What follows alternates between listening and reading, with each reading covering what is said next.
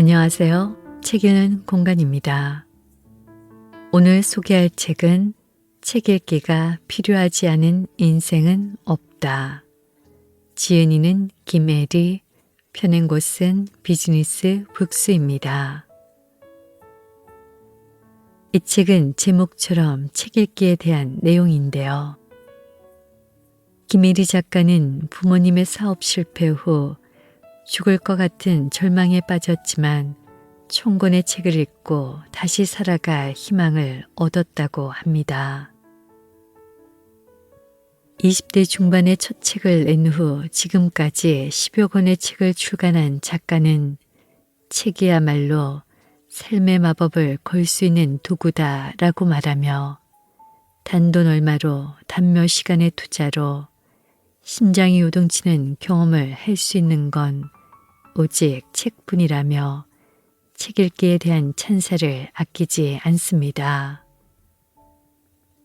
특히 코로나19로 인해 활발했던 삶을 잠시 멈춰 했던 시간 속에서 미래를 위해 무엇을 준비할 것인지 불안과 혼란을 넘어설 수 있도록 내면의 힘을 어떻게 기를 것인지 또 혼자서도 자존감을 지키며 꿈과 열정을 유지하는 방법은 무엇인지 스스로 묻고 답을 찾는 것이 중요한 시대인 만큼 우리는 책을 통해 시대를 읽고 내면의 힘을 스스로 키워야 한다고 합니다.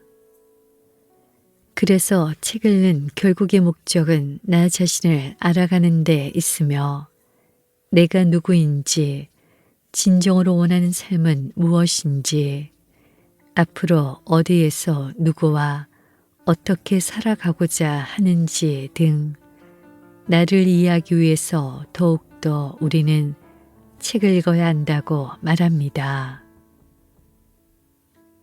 독서를 하는 이유가 각 사람마다 다 다르겠지만 저 또한 작가의 생각처럼 내가 읽는 책을 통해 나를 더 알아가고 더 이해하는 데 도움을 받고자 함이 큽니다.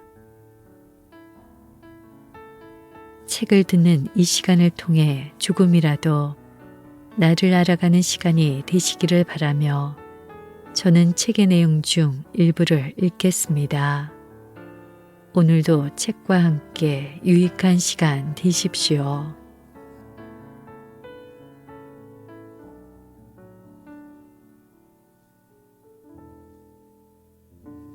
책이 나를 살렸다. 인생을 바꾸겠다 결심하면서 왜 하필 책을 읽느냐고 묻는다면 이보다 더 적합한 대답은 없을 것 같다. 책이야말로 가장 흔하고 사소하게 삶의 마법을 걸 수 있는 도구이기 때문이다.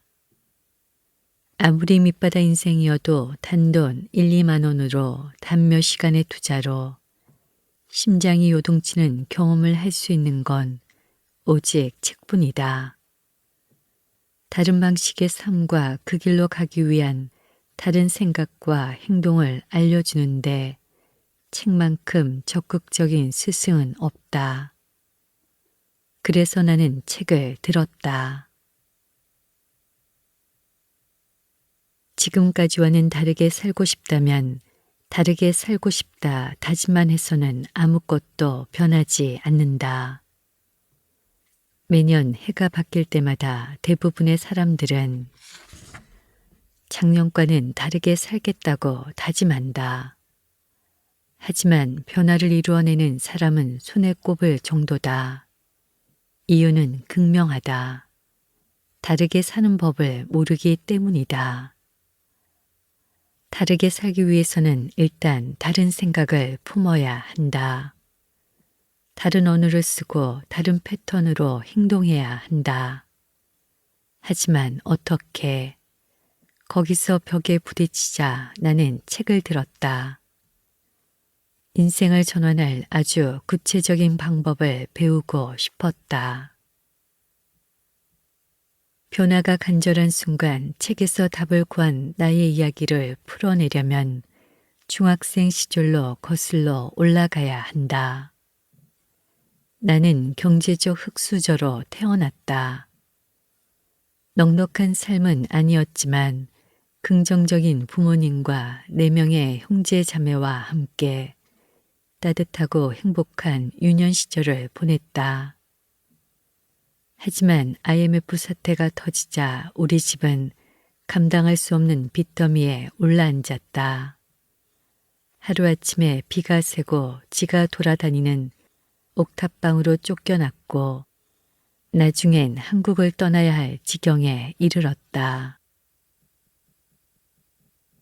나는 내 의지와 전혀 상관없이 중국이라는 낯선 나라에서 이방인이 되었다.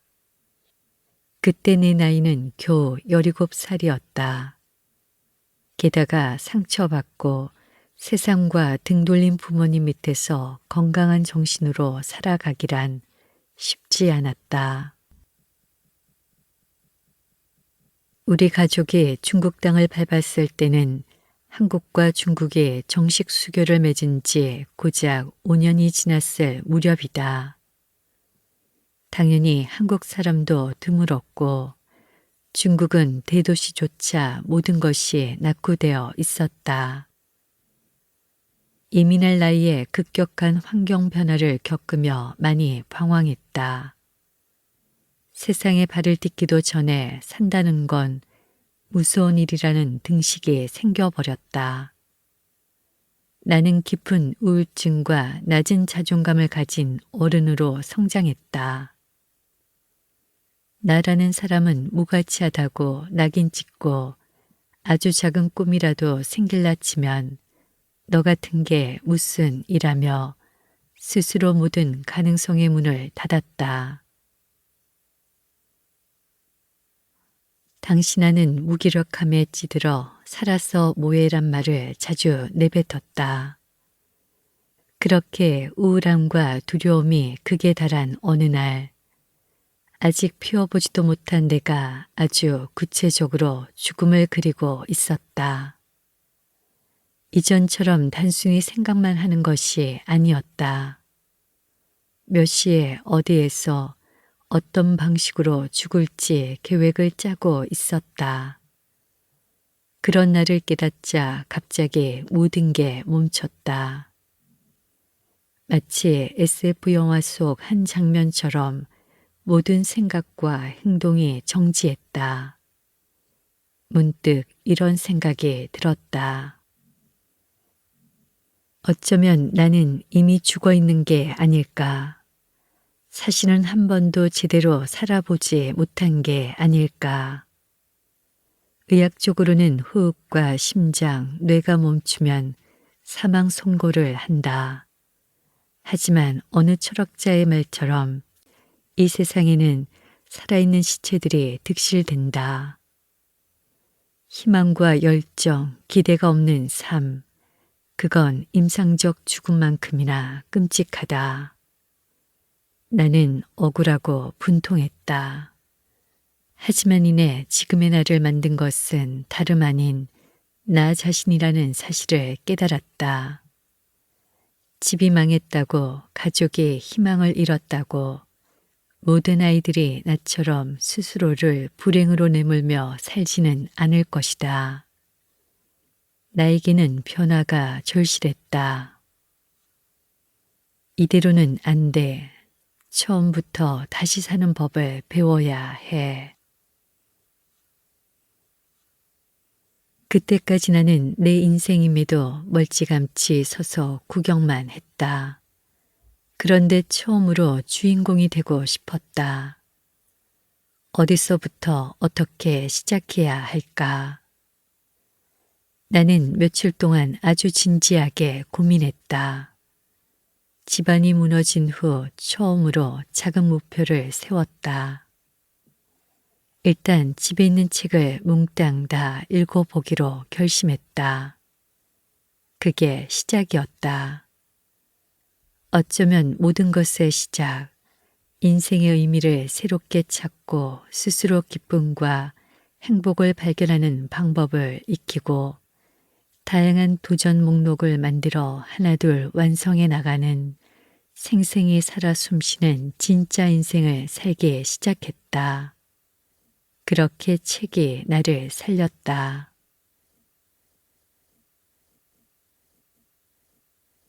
10년간 1000권의 책을 읽다.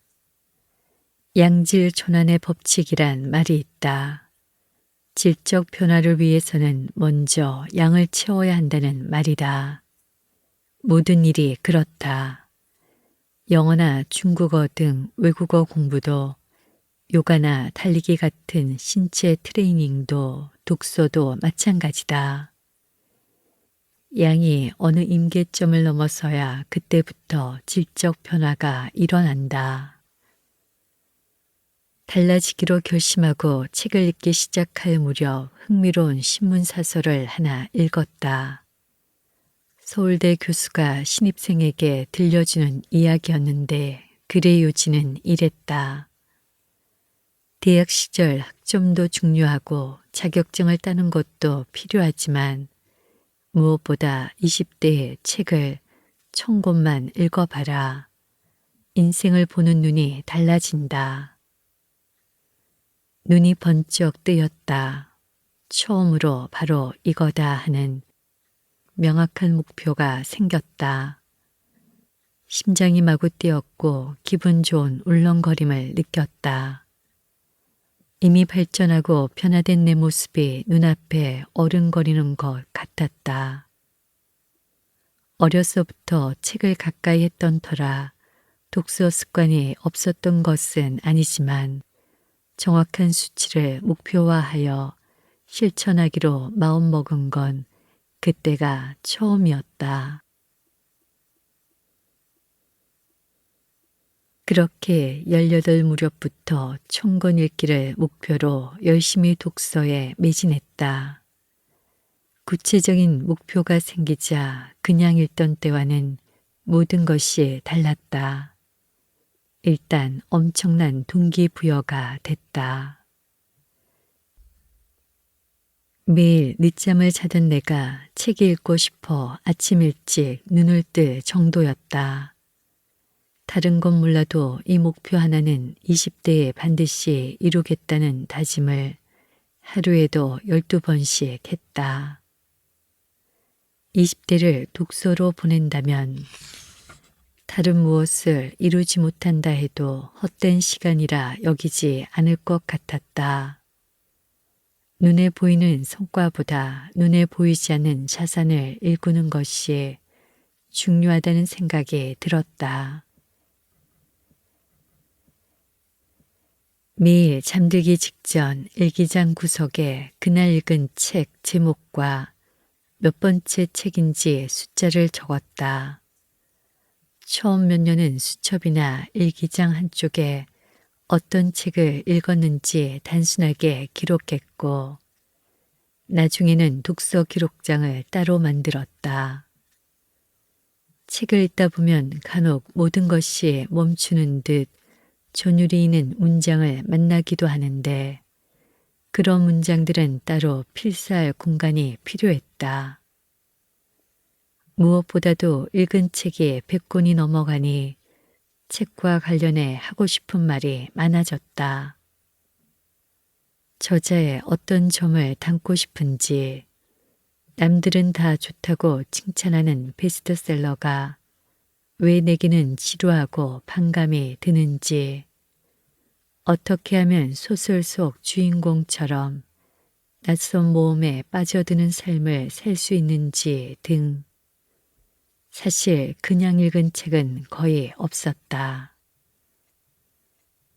아무리 재미없는 책이라도 도저히 끝까지 읽을 수 없을 정도라는 나름의 한 줄 평이 뒤따랐다. 그렇게 서서히 책을 보는 눈을 길렀다. 그리고 27살이 되던 해 나는 목표했던 1000권을 다 채웠다. 이후 우연히 한 출판사 대표와 식사를 했는데 그분이 이렇게 물었다. 지금까지 책을 몇 권이나 읽었어요? 어림잡아 1000권은 넘죠. 1200권 넘게 헤아렸다가 그 이유는 안 세어봤어요. 그 대표는 깜짝 놀라며 출판사를 10년 넘게 운영하면서 20대의 책을 1000권 이상 읽은 사람을 처음 만났다고 했다. 자연스럽게 어떤 책에서 영향을 받았는지, 최근에 좋았던 책은 무엇인지 등 책과 관련된 이야기가 오고 갔다. 그리고 그날의 대화를 바탕으로 한 권의 책이 세상에 나왔다. 바로 책에 미친 청춘이라는 책이다. 이 책은 많은 독자들에게 사랑을 받았다. 1000권의 책에 인생을 묻다라는 노골적인 숫자가 들어간 책의 부재 때문일까? 10년이 지난 현재까지도 많은 사람들이 비슷한 질문을 한다. 정말 책을 1000권 읽으면 인생이 달라져요?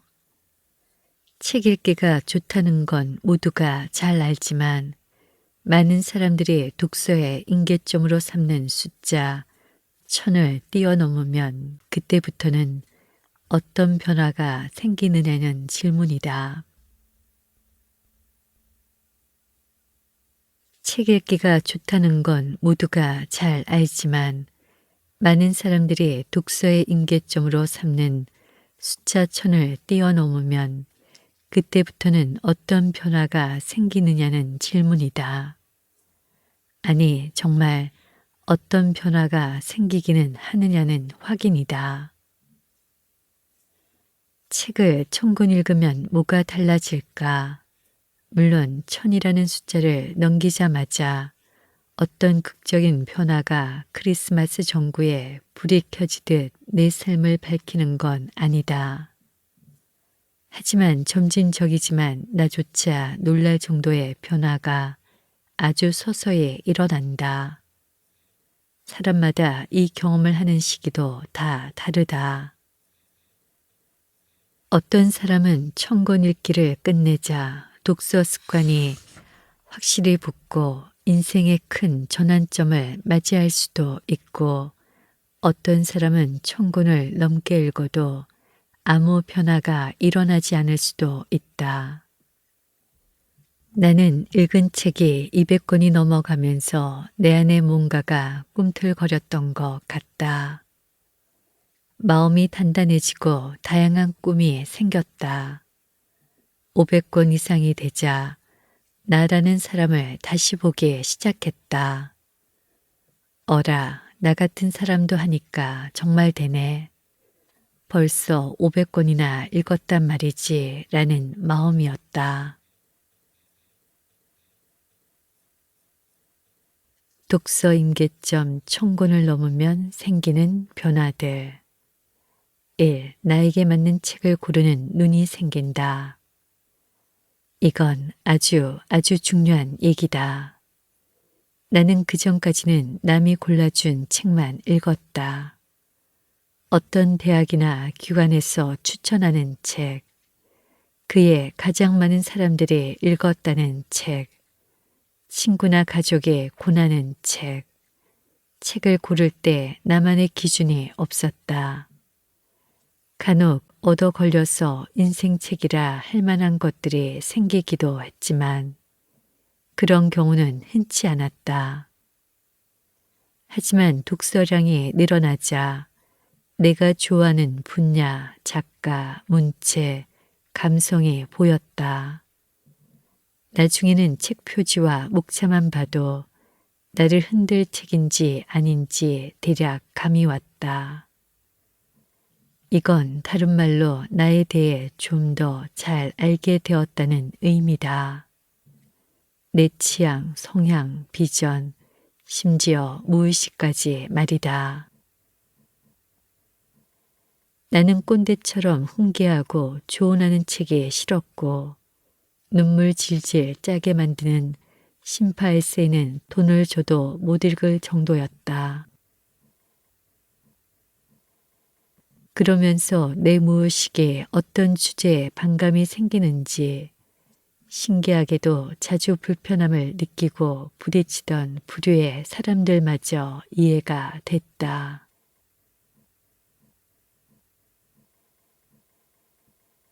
이 깊게 듣는 법을 터득한다. 읽기는 다른 방식의 경청이라 할 수 있다.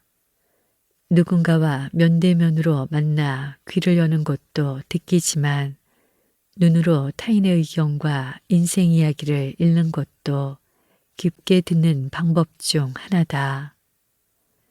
나는 시대와 국경을 초월한 이들의 목소리를 가슴으로 들으며 수용하고 집중하는 법을 배웠다.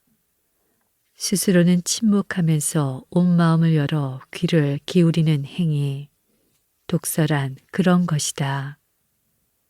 독서를 통해 이 과정을 반복하고 익히면서 나에게 맞는 선택을 해야 하는 수많은 갈림길에서 도움을 받았고 다른 사람들의 말을 제대로 듣는 법도 배웠다. 3. 빠르고 정확한 의미 파악이 가능하다. 같은 일을 반복하면 뇌에서는 그 일에 대한 새로운 회로가 생긴다고 한다.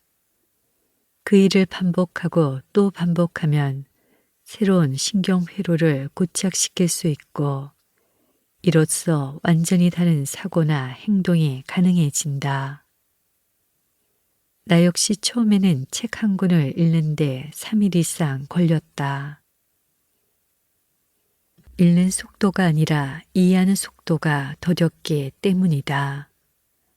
단순한 문장도 의미 파악이 안 되어 읽고 또 읽다 보면 어느 날은 한 페이지를 붙들고 하루가 다 지났다는 생각에 한숨이 절로 나왔다.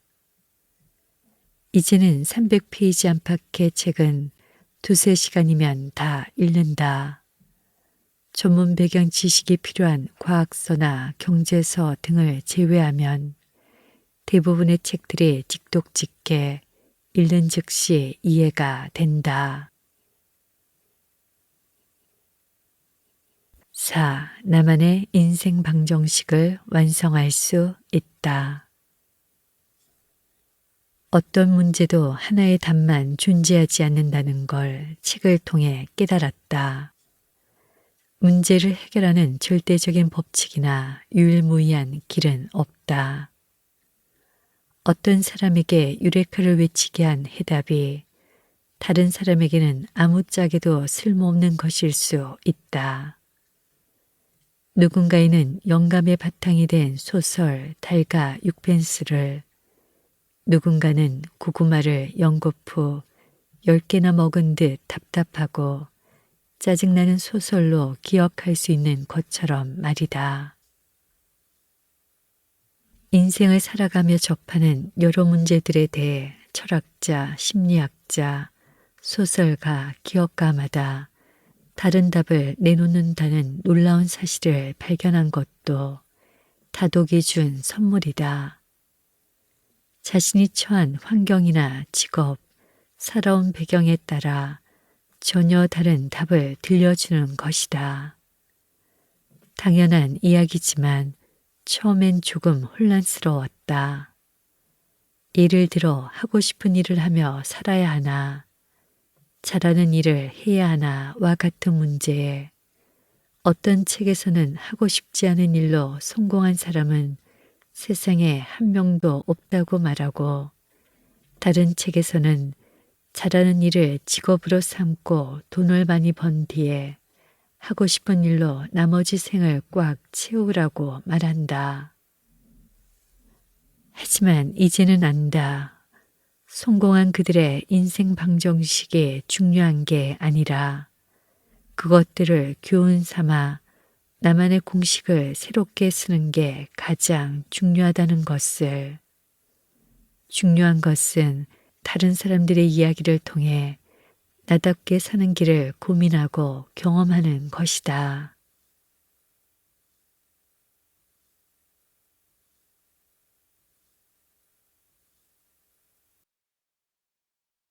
읽고 쓰면 아무도 못 당한다. 사회생활을 시작했을 때 세상에 대한 의문이 눈덩이처럼 커졌다. 학생일 때는 그다지 관심을 갖지 않았던 분야에 호기심이 생겼고, 돈을 잘 버는 것을 떠나 진짜 잘 살기 위해 나에게 필요한 것이 무엇인지를 고민했다. 아마 많은 사람들이 비슷하리라 생각한다. 학교에서는 사랑에 실패했을 때나 직장 내에서의 다양한 관계에 대해 대처법을 알려주지 않는다. 누군가 미워질 때 어떻게 감정을 관리해야 하는지, 원하는 목표를 달성하기 위한 효과적인 시간 관리법은 무엇인지 가르쳐 주지 않는다. 어른이 된 후 내가 진짜 궁금했던 모든 것은 학교에서는 배운 적이 없는 분야였다. 그래서 나는 책을 읽었다. 어떻게든 답을 찾기 위해서. 그래서 답을 찾았냐고. 모든 답을 찾은 건 아니지만 어쩌면 그보다 더 중요한 것을 찾았다. 바로 나 자신에 대한 믿음. 나는 결국 어떻게든 답을 찾아낼 것이라는 믿음이다. 궁금증을 풀어낼 만한 책을 찾아보고 구입하고 읽고 내 생각을 정리하는 과정에서 나는 뜻밖에도 스스로에 대한 충성심 같은 것을 발견했다. 말하자면 내 삶을 끝까지 책임질 사람은 나 자신이며 내 꿈을 가장 열렬히 지지할 사람도 나뿐이라는 사실이다. 독서를 하며 발견하리라고는 예상치 못한 의외의 선물이었다. 책을 읽다 보면 무엇이 덤으로 주어질지 아무도 모른다. 지인 중 한 명은 책을 읽으면 명상을 하는 것 같다고 했다. 독서는 명상이다. 명상의 핵심은 생각을 비워내고 현재에 집중하는 것인데 책을 읽으면서 같은 효과를 얻는다는 말이다. 마음이 고요한 수면처럼 잔잔해지고 책을 읽는 동안에는 모든 현실적 고민에서 벗어나는 것이다. 또 다른 누군가는 자신의 분야와 전혀 상관없는 책을 읽으며 창조성을 키운다고 말했다. 내 분야 책 읽기도 바빠 죽겠는데 전혀 다른 분야의 책을 읽다니 언뜻 쓸모없는 짓이라고 생각할 수도 있다. 하지만 그는 내 것만 들여다보고 있을 때는 보지 못하는 다른 생각 근육을 단련하는 것이다. 고민에만 매달려 있을 때는 풀리지 않았던 문제들을 많이 해결할 수 있다. 어쨌든 이렇게 책은 뜻밖의 뭔가를 던져주기도 한다. 다시 내 이야기로 돌아와서 나는 책을 통해 자신에 대한 믿음을 공고히 했다고 말했는데 그게 그냥 읽는 것으로 끝났다면 쉽지 않았을 것이다. 앞에서 섰듯 내 생각을 글로 정리하는 일을 꼭 함께 했다. 읽는 것도 중요하고 쓰는 일도 중요하지만 읽고 쓴다면 마치 호랑이에게 날개를 달아주는 격이다. 누구도 무엇도 못 당하는 천하무적 독서 끝판왕이 되는 것이다. 읽기는 인풋, 쓰기는 아웃풋. 읽기만 하는 독서가 지식을 자루에 담는 행위라면 쓰는 독서는 출전 아웃풋이 가능한 독서다. 즉, 원하는 것을 원하는 때에 꺼내 사용할 수 있는 기술 훈련이다. 왜 그럴까?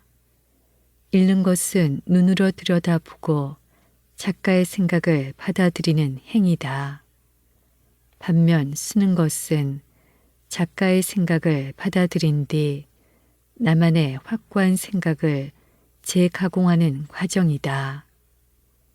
진짜 창조는 바로 이 단계부터다.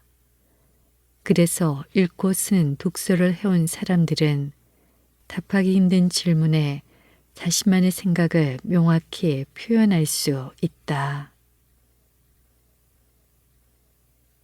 소머셋 모음의 달과 6펜스처럼 이상과 현실의 괴리로 흔들릴 때 어떻게 균형을 잡을 수 있을까? 세스 고딘이 말하는 나만의 전략적 보랏빛 손은 무엇일까? 알프레드 아들러의 주장대로 나의 열등감은 내 삶에 어떤 동력이 되었을까? 게리 체프먼이 5가지 사랑의 언어에서 얘기한 방식으로 가족들과 소통하고 있는가? 쓰는 독서를 하다 보면 내 삶에 꼭 필요한 질문들에 대해 어느 순간 두뇌가 열린다. 그렇게 열린 두뇌 훈련을 지속적으로 하다 보면 짧은 시간 내에도 많은 것이 달라진다. 외적으로 특별한 변화가 나타나지 않는다 해도 상관없다. 일단 내면의 변화가 일어났다면 그게 진정한 변화니까. 내면의 변화가 외부에 투사되는 것은 시간 문제다. 그래서 나는 경험에서 우러나온 확신으로 이렇게 말하겠다. 읽고 쓰는 독서는 반드시 인생을 바꾼다. 반드시 달라진다. 일단 쓰기와 친해져라. 쓰는 일이 부담된다면 일단 필사부터 시작하자. 필사도 어려운 책 말고 쉽고 가벼운 에세이나 시집을 고른다. 청소년 동화도 필사하기 좋은 교재다. 기왕이면 종이 위에 사각사각 펜이 종이와 춤추는 소리를 들으며 필사하면 더욱 효과적이다. 글 쓰는 일과 친해질 수 있고 내면을 잠잠하게 만드는 효과도 있다. 필사를 손으로 하는 명상이라고 표현하는 이유다. 일단 쓰는 것에 대한 두려움부터 극복해야 한다. 필사가 어느 정도 익숙해졌다면 이제는 내 생각을 쓰는 법으로 넘어갈 차례다. 그런데 잠깐 지금부터 말하는 쓰기는 무조건 종이에 펜으로 쓰는 걸 말하는 게 아니다. 워드에 정리하든 블로그에 포스팅하든 상관없다. 도구는 중요하지 않다. 손으로 쓰는 게 부담스럽다면 각자 가장 편안한 도구를 선택하면 된다. 어떤 방식으로 쓰든 쓰는 것이 중요하다. 이렇게 글을 쓰면서 인생 이면을 돌아보는 훈련을 한다. 그냥 생각만 할 때와 그것을 명확한 문장으로 옮겼을 때의 결과는 다르다. 생각은 안개처럼 사라지고 곧이어 전혀 다른 생각을 몰고 오지만 글로 정리한 생각은 실체로 다가와 힘을 갖는다. 이는 삶을 단단하게 만드는 나만의 인생 공식이 된다. 다르게 살고 싶다고 그렇다면 이제는 다르게 읽어야 한다. 다르게 읽고 쓰면 다르게 보인다. 다르게 보면 다르게 행동하고 결국 지금과는 다른 삶을 살게 된다.